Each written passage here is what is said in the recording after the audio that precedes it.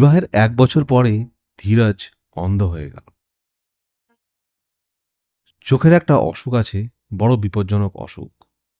চোখের ভিতরের চাপ যত বেড়ে যায়, অবস্থা বিশেষে একদিনের মধ্যেই মানুষের দৃষ্টিশক্তি নষ্ট হয়ে যেতে পারে।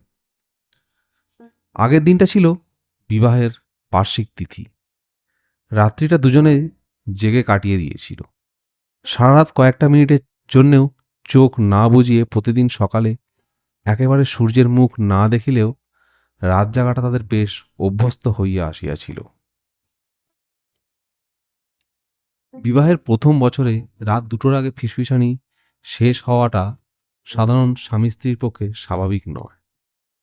ধীরাজ চোখ বুজে একটু যন্ত্রণা বোধ করছিল, একটু ঝাপসা দেখছিল, চোখ দুটি বেশ লাল দেখাইতেছিল। কিন্তু বিবাহের তিথিকে যথাযোগ্য সম্মান করার উৎসাহে ওসব সামান্য বিষয়কে অগ্রাহ্য করে নাই। সুনয়না বলেছিল, তাই বলে আজ রাতে ঘুমোতে পাবে না? কাল সারাদিন ঘুমিও, সব ঠিক হয়ে যাবে। আমারও তো চোখ জ্বালা করছে। পরদিন সকালের দিকে ডাক্তার ডাকা হইল। তারপর তাড়াহুড়ো ছোটাছুটি করিয়া অনেক কিছুই করা হইল, কিন্তু তখন বেশি বড় দেরি হইয়া গিয়েছে। ভোরে সুনয়নার হাত ধরিয়া ছাদে দাঁড়াইয়া নতুন সূর্যকে ধীরাজ আজ ঝাপসা দেখিতেছিল। তখন সঙ্গে সঙ্গে ব্যবস্থা করিলেও হয়তো কিছু হইতে পারিত, কিন্তু তখন কে ভাবিয়াছিল টকটকে লাল চোখ, ঝাপসা দেখা চোখের মধ্যে আলোর ঝলক মারা, এসব অন্ধ হওয়ার ভূমিকা, ওসব তারা রাত জাগার ফল বলে ধরে নিয়েছিল। বিশেষজ্ঞ অনেক রকম পরীক্ষা করিলেন, কিন্তু অপারেশন করিতে অস্বীকার করিলেন, বলিলেন আর কিছুই করবার। চোখের ডাক্তার স্পষ্টই বলিয়া দিয়েছেন, রাত জাগা ধীরাজের অন্ধ হওয়ার আসল কারণ নয়। রাত না জাগিলেও অবশ্য ভালো ছিল, কিন্তু তাতেও ধীরাজের চোখ বাঁচিত, তাই বা জোর করিয়া কে বলিতে পারে? এ বড় সাংঘাতিক অসুখ। কত লোকের চোখ নষ্ট হইয়া গিয়েছে, কিন্তু মানুষের মন কি সহজে এসব যুক্তি মানিতে চায়? সুনয়নার কেবলই মনে হয় ওভাবে জোর করিয়া স্বামীকে রাত না জাগাইলে চোখের অসুখটা কখনো এত তাড়াতাড়ি বাড়িয়া যাইত না। অন্তত রোগের লক্ষণগুলোকে রাত জাগার ফল ভাবিয়া নিশ্চয়ই তারা অবহেলা করিত না। সকালবেলায় চোখের অবস্থাটা দেখিয়া ভয় পাইয়া তাড়াতাড়ি চিকিৎসার ব্যবস্থা করা হইত। ভাবে আর চোখের জলে সকালবেলার আলো এমন ঝাপসা দেখায় যেন সেও আধা আধি অন্ধ হইয়া গিয়েছে। সেই ঝাপসা দৃষ্টিতে স্বামীর বিকৃত মুখখানা দেখিতে দেখিতে সে হাউ হাউ করিয়া কাঁদিয়া ফেলিল। ওগো, আমার জন্যই তোমার সর্বনাশ ঘটল। ধীরাজ মরার মতো বলিল, তোমার দোষ কি? সুনয়না সজনে নিজের কপালে করাঘাত করিয়া বলিল, কার দোষে তবে? কে তোমার টকটকে লাল চোখ দেখেও তোমায় ঘুমোতে দেয়নি? সকালে কে তোমায় বলেছে একটু ঘুমোলেই সব সেরে যাবে? আমি তোমার চোখ নষ্ট করেছি। স্বামীর চোখ খাগি হতভাগী আমি। আমার মরণ নেই, আমিও অন্ধ হয়ে যাব। নিজের চোখ উপড়ে ফেলবো, যদি না উপড়ে ফেলি মা কালী দিব্যি করে বলছি। চুপ করো, ওসব বলতে নেই। ধীরাজ ব্যস্ত হইয়া সুনয়নার একখানা হাত বাড়াইয়া খুঁজিতে আরম্ভ করায় সুনয়না হঠাৎ শিহরিয়া অস্ফুট আর্তনাদ করিয়া উঠিল। ধীরাজের কাকা অন্ধ। প্রথমে এ বাড়িতে আসিয়া তাকে প্রণাম করার পর এমনিভাবে আন্দাজে তার গায়ে মাথায় শীর্ণ হাত বুলাইয়া কাকা তাকে অভ্যর্থনা আর আশীর্বাদ জানাইয়াছিল। কি খুঁজছ তুমি? তোমার হাত কই? এই যে। তার একটি হাত নিজের হাতের মধ্যে গ্রহণ করিয়া ধীরাজ সান্ত্বনার সুরে বলিতে লাগিল, ওসব কথা মনেও এলো না। তোমার চোখ গেলে আমি বাঁচব কি করে? এখন থেকে তোমার চোখ দিয়েই দেখব তো। তুমি তো আমার সেবা করবে, কাজ করে দেবে, বই টই পড়ে শোনাবে। সুনয়নার হাত ছাড়িয়া দিয়া ধীরাজ তার মাথায় হাত বুলাইয়া দিতে থাকে। সুনয়নার মাথাটা হঠাৎ এমন জোরে তার বুকে আসিয়া পড়িয়াছে যেন সেই বুকেই মাথা কুটিয়া মরিতে চায়। সে অন্ধ হইয়া গিয়েছে। সান্ত্বনার আর সাহস পাওয়ার বদলে সেই নিজেই অপরজনকে বুঝাইয়া আদর করিয়া শান্ত করিতেছে। এটা দুজনের কারো কাছে খাপছাড়া মনে হইল না।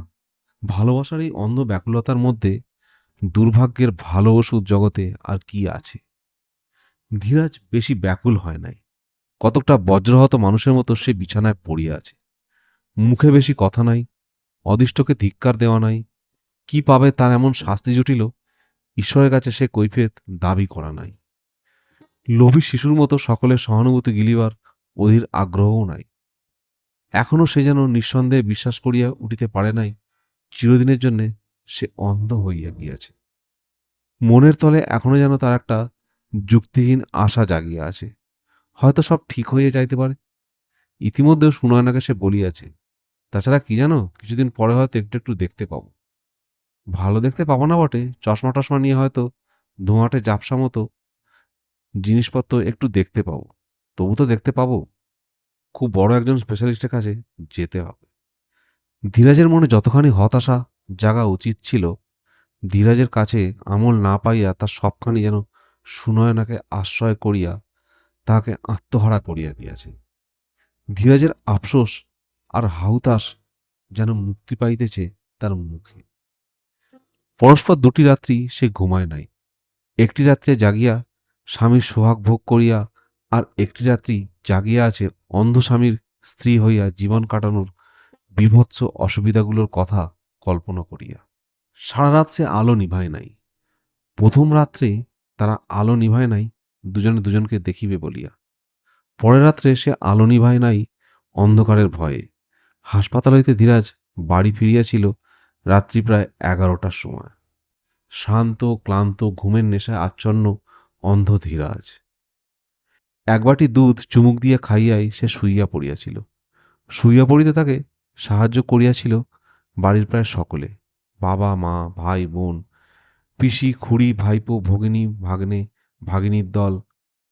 বাড়ির ঠাকুর চাকর পর্যন্ত দরজায় আসিয়া দাঁড়াইয়াছিল।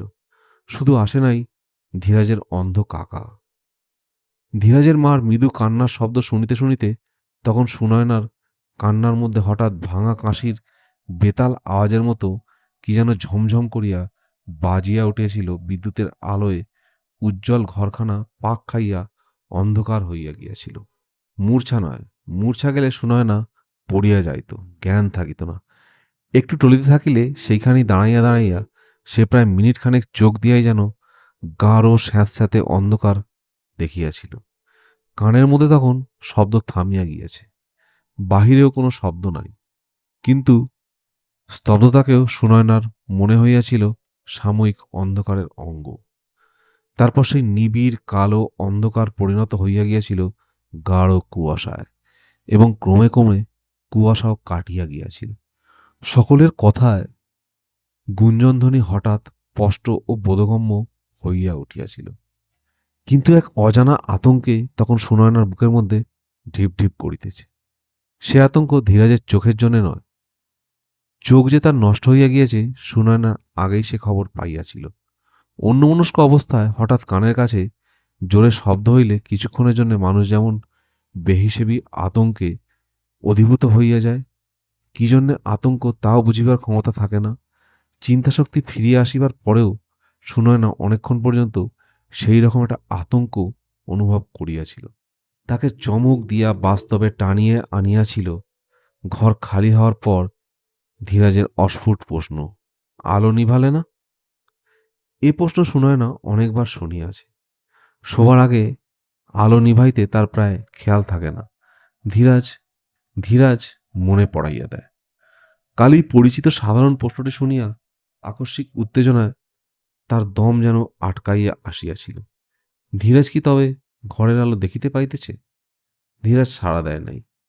তখন সুনয়না বুঝিতে পারিয়াছিল ঘুমের অভ্যাস বশে ধীরাজ কথাগুলি বলিয়াছে। ঘরের আলো জ্বালানো থাক বা নেভানো হোক, ধীরাজের তাতে সব সমান। বুকের অস্বাভাবিক ঢিপঢিপানি তখন কমিয়া স্বাভাবিক কান্না মুখের ভিতর হইতে ঠেলিয়া উঠিয়াছিল। কিন্তু ধীরাজের ঘুম ভাঙিয়া যাওয়ার ভয়ে প্রাণ খুলিয়া সে কাঁদিতেও পারে নাই। তারপর কখনো শান্তপর্ণে বিছানায় উঠিয়া কিছুক্ষণ শুইয়া থাকিয়া আবার নামিয়া আসিয়া, কখনো এক দৃষ্টিতে ঘুমন্ত স্বামীর মুখ দেখিয়া, কখনো জানলার শিক ধরিয়া পাশের বাড়ির উঠানে আবছা চাঁদের আলোয় চেনা জিনিসপত্রগুলিকে নতুন করিয়া চিনিবার চেষ্টা করিয়া, আর সমস্তক্ষণ আকাশ পাতাল ভাবিয়া সে রাত কাটাইয়াছে। ঘরের আলো নিভানোর কথা একবারও তার মনেও পড়ে নাই। বেলা বাড়িলে কয়েকজন প্রতিবেশী দেখা করিতে এবং দুঃখ জানাইতে আসিলেন। আগে সুনয়না ঘর ছাড়িয়া চলিয়া যাইত, আজ সে উদ্ধতভাবে বিছানার কাছে যাইতে শুধু একটু তফাতে সরিয়া দাঁড়ায়।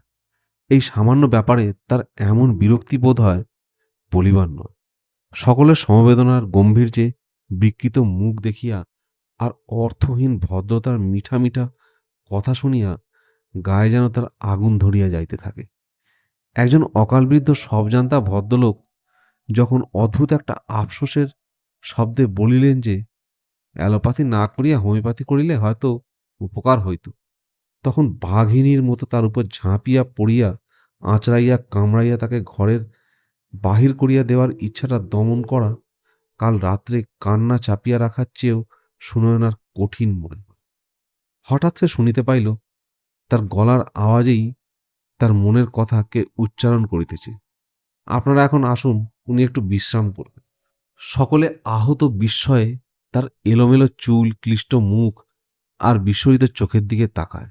ধীরাজ ভদ্রতার খাতিরে বিছানায় উঠিয়া বসিয়া বিনয়ের হাসি হাসবার চেষ্টা করিতেছিল। তার মুখের হাসি মিলাইয়া গেল। সকলের আগে কথা বললেন অকালবৃদ্ধ ভদ্রলোকটি, চলো হে, অফিসের বেলা হয়ে গেল। ধীরাজের ছোট ভাই বিরাজ সকলকে সঙ্গে নিয়ে ঘরে আনিয়াছিল।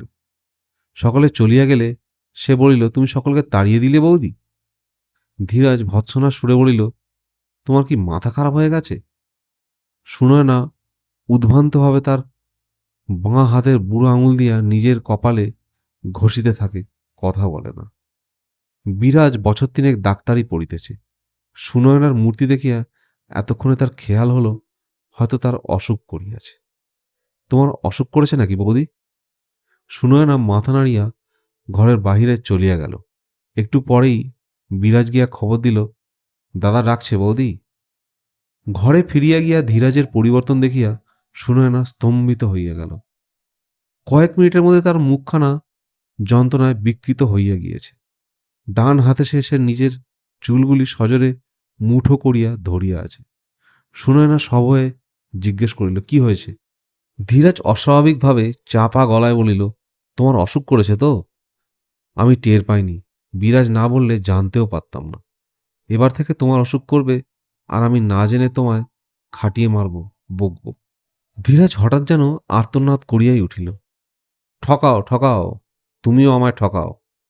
চোখে তো দেখতে পাই না, যা ইচ্ছা তাই বলে কচি ছেলের মতো ভোলাও, বলিয়া ধীরাজ কাঁদিতে আরম্ভ করিয়া দিল। আগের মতো শান্তভাবে ধীরাজ কথাগুলি বলিলে সুনয়না হয়তো তার পাশে বিছানায় আছড়াইয়া পড়িয়া কাঁদা কাটা আরম্ভ করিয়া দিত। স্বামীর ব্যাকুলতার কান্না দেখিয়া সে নিজেকে সংযত করিয়া ফেলিল। ধীরে ধীরে পাশে বসিয়া স্বামীর মাথাটি বুকে চাপিয়া ধরিয়া কয়েক ঘন্টা আগে ধীরাজ যেভাবে তার মাথায় হাত বুলাইয়া তাহাকে সান্ত্বনা দিয়াছিল, ঠিক তেমনিভাবে এখন তার মাথায় হাত বুলাইয়া দিতে লাগিল। ওরকম করো না, পাগল হয়েছ? তোমাকে ঠকাবো? ঠাকুরপোর কি কাণ্ডজ্ঞান আছে? ভাবনায় চিন্তায় রাত জেগে ঘুমে একটু মুখ শুকনো দেখাচ্ছে, অমনি ঠাকুরপোর ধরে নিল আমার অসুখ হয়েছে। অসুখ হলে তোমায় বলবো না? কিন্তু বিরাজ যে বলল তোমার নার্ভাস ব্রেকডাউনের উপক্রম হয়েছে। হ্যাঁ, ঠাকুরপো তো মস্ত ডাক্তার। এমন সময় আসিলেন পিসিমা। সুনয়নার দিকে কেউ নজর দিতেছে না দেখিয়া বিরাজ বোধ হয় বাড়ির লোককে একটু খোঁচাইয়া দিয়াছিল। ঘরে ঢুকিয়াই পিসিমা বলতে আরম্ভ করিলেন, নাওয়া নেই খাওয়া নেই, তুমি কি আরম্ভ করে দিয়েছ বৌমা? কাল থেকে উপোস দিচ্ছ, এও স্ত্রী মানুষ। পিসিমার পিছন পিছনে কাকিমাও আসিয়াছিলেন। তিনি তাড়াতাড়ি বলিলেন, আহা থাক থাক থাক, এসো বৌমা, একটু কিছু খেয়ে নেবে, এসো। কাকিমা একটু গম্ভীর চুপচাপ মানুষ, কারোর সঙ্গে বেশি মেলামেশা করেন না। এতদিন মানুষটাকে দেখিলেই সুনয়নার বড় মায়া হইত। মনে হইত, আহা 10 বছর বেচারি অন্ধ স্বামীকে নিয়ে ঘর করিতেছে। আজ কাকিমার শান্ত কোমল মুখখানা দেখিয়া তার গভীর বিতৃষ্ণা বোধ হইতে লাগিল। আন্তরিক মমতাভরা কথাগুলো শুনিয়া মনে হইতে লাগিল সুযোগ পাইয়া তাহাকে যেন ব্যঙ্গ করিতেছে। পিসিমার মৃদু ভৎসনার প্রতিবাদ করিয়া যেন ইঙ্গিতে বলিতেছেন, থাক থাক, ওসব বকবেন না, এ এখন আমার দলের। একটু আগে সুনয়নার মতো নিজেকে সামলাতে না পারিয়া প্রতিবেশী ভদ্রলোকদের মতো গুরুজন দুজনকে অপমান করিয়া বসিত। ধীরাজের আকস্মিক উদ্ভ্রান্ততায় তার সমস্ত সঙ্গত ও অসঙ্গত উচ্ছ্বাসের বাহির হওয়ার পথ তখনও বন্ধ হইয়া রাখিয়াছিল। একটু ঘোমটা টানিয়া দিয়া সে নীরবে কাকিমার সঙ্গে চলিয়া গেল। একেবারে ভাঙিয়া পড়িয়াই ধীরাজের ধৈর্য আর সংযম যেন নষ্ট হইয়া গেছে। এতক্ষণ সে যেন টের পাইয়াছে তার চারিদিকে যে অন্ধকার নামিয়া আসিয়াছে সেটা রাত্রির সাময়িক অন্ধকার নয়, ভাগ্যের চিরস্থায়ী বন্দোবস্ত। কখনো দুঃখ এসে একেবারে মুষড়াইয়া পড়িতে লাগিল, কখনো অধীর হইয়া ছটফট করিতে লাগল। মা একবার ছেলেকে দেখতে আসিয়া ছেলের অবস্থা দেখিয়া দাঁড়াইতে পারিলেন না, চোখে আঁচল দিয়া পালাইয়া গেলেন। বাড়ির সকলে আসিয়া নানাভাবে তাকে শান্ত করিবার চেষ্টা করিল, কিন্তু তাতে যেন আরও অশান্ত হইয়া উঠিল সে। সব কথা জবাবে গুমরাইয়া কেবল বলিতে লাগিল, অন্ধ হয়ে বেঁচে থেকে কি হবে, এর চেয়ে মরাই ভালো। ধৈর্য আর সংযম দেখা দিল সুনয়নার মধ্যে। মনের সমস্ত অবাধ্য ও উচ্ছৃঙ্খল চিন্তাকে সে যেন জোর করিয়া মনের মধ্যে জেলে পুড়িয়া ফেলিল। বাহিরে তাদের আর অস্তিত্ব কোনো চিহ্নই প্রকাশ পাইল না। দুজনের দ্রুত পরিবর্তন দেখিয়া মনে হইতে লাগিল তারা যেন পরামর্শ করিয়া পরস্পরের মানসিক অবস্থাকে অদল বদল করিয়া নিয়েছে। ধীরাজ যতক্ষণ শান্ত ছিল ততক্ষণ পাগলামি করিয়াছে সুনয়না। এবার ধীরাজকে পাগল হওয়ার সুযোগ দিয়া সুনয়না আত্মসংবরণ করিয়াছে। আশা করি আজকের গল্প খুব ভালো লেগেছে। গল্প ভালো লাগলে লাইক, শেয়ার, সাবস্ক্রাইব করতে ভুলবেন না। আর যদি আরও গল্প শুনতে চান তাহলে চ্যানেলের প্লেলিস্ট ভিজিট করতে পারেন। এরকম অনেক গল্প সেখানে পাবেন।